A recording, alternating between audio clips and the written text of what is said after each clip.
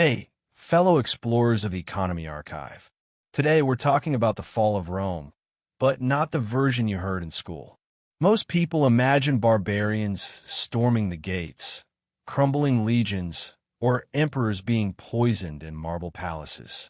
But empires don't just fall to outside attacks, they rot from within. And the most corrosive force? It's always the money. Rome didn't just collapse because of invasions. It fell because its currency evaporated. The lessons from that collapse still apply to every modern economy that thinks it can play games with money and get away with it. Let's pull back the curtain. For centuries, the backbone of Rome was the silver denarius. First minted around 201 BC, it was nearly pure silver. Roman soldiers were paid in it, merchants demanded it, and the people stored their life savings in it. The denarius wasn't just a coin, it was confidence in metal form. The empire's power and the coin's value were one and the same. But running a massive empire is incredibly expensive. Legions, roads, aqueducts, and endless wars cost a fortune. By the 2nd century AD, Rome was stretched thin.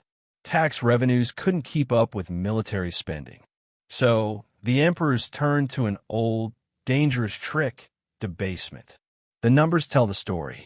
Under Augustus, at the start of the empire, the denarius was 95% silver.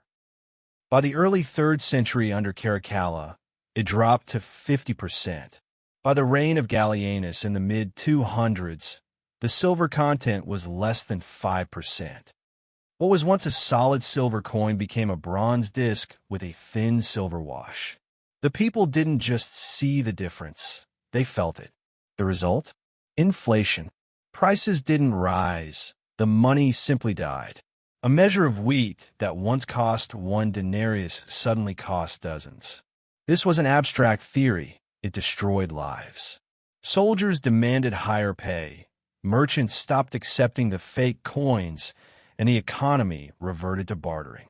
When trust dies, the economy follows. During the crisis of the 3rd century, Rome faced 50 years of chaos, plagues, and civil wars. Emperors rose and fell so fast it would make your head spin. Behind the political drama was a shattered financial system. Farmers abandoned their land rather than pay taxes in worthless coins. Emperor Diocletian tried to stop the bleeding in 301 AD with his edict on maximum prices. He fixed the price of over 1,000 goods and threatened violators with death. The result? A total disaster. You can't fix a broken currency with a decree. The black market exploded and official trade vanished. The people learned a hard lesson. The law cannot make a worthless coin valuable. Eventually, Rome gave up on the denarius. Constantine the Great introduced the solidus, a pure gold coin. It brought some stability, but for the Western Empire, the damage was done. Debasement had hollowed out Rome's core. They couldn't pay their armies or maintain trade. The fall of Rome wasn't a single event. It was a long unraveling triggered by the death of their money. So, what does this mean for us today? The destruction of money is the destruction of empires. Rome thought it could trick its people with silver-coated bronze. Modern governments think they can do the same by printing paper, manipulating interest rates, or inflating away debt. The outcome is always the same. The people pay the price, wealth vanishes, and trust collapses. History didn't stop teaching after Rome. In the 20th century, Weimar Germany tried the same thing to pay war debts. By 1923, a loaf of bread cost 200 billion marks. People carried their salaries in wheelbarrows. Zimbabwe followed the same path in 2008, with inflation hitting 89.7 sextillion%. You can't cheat reality. No matter how much you print, the math always wins. You don't even have to look at extremes. The Roman pattern lives in modern developed economies too. In 1971, the U.S. took the dollar off the gold standard. It became a fiat currency backed only by trust in the government.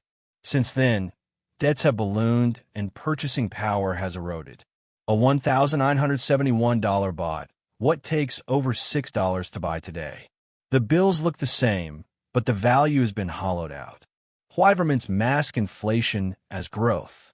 They tell you higher wages mean prosperity, but costs always rise faster. Like Roman emperors, they pretend nothing has changed while quietly extracting value from every paycheck. Today, the risk is global. Rome's crisis was imperial. Today's system is worldwide. What should you take away from Rome? Inflation is not an accident. It's a policy. It's the silent tax that has broken empires for 2,000 years. Real wealth isn't in paper or digital digits. It's in assets that hold value: land, skills, and productive businesses. Never assume stability is permanent. The Romans would have laughed if you told them their coins would one day be worthless. The fall of Rome reminds us that when money stops being real, society begins to unravel. The barbarians at the gate just finished the job. The real killer is always inside the treasury. History doesn't repeat, but if you don't understand it, it will crush you just the same. The Roman crisis wasn't just about greedy elites. It was about the fragility of money when abused by power. And that fragility is still here. If this gave you a new perspective, hit subscribe to the Economy Archive. History has the answers. I'll just show you where to look. Would you like me to dive into the 1971 Nixon Shock for the next video?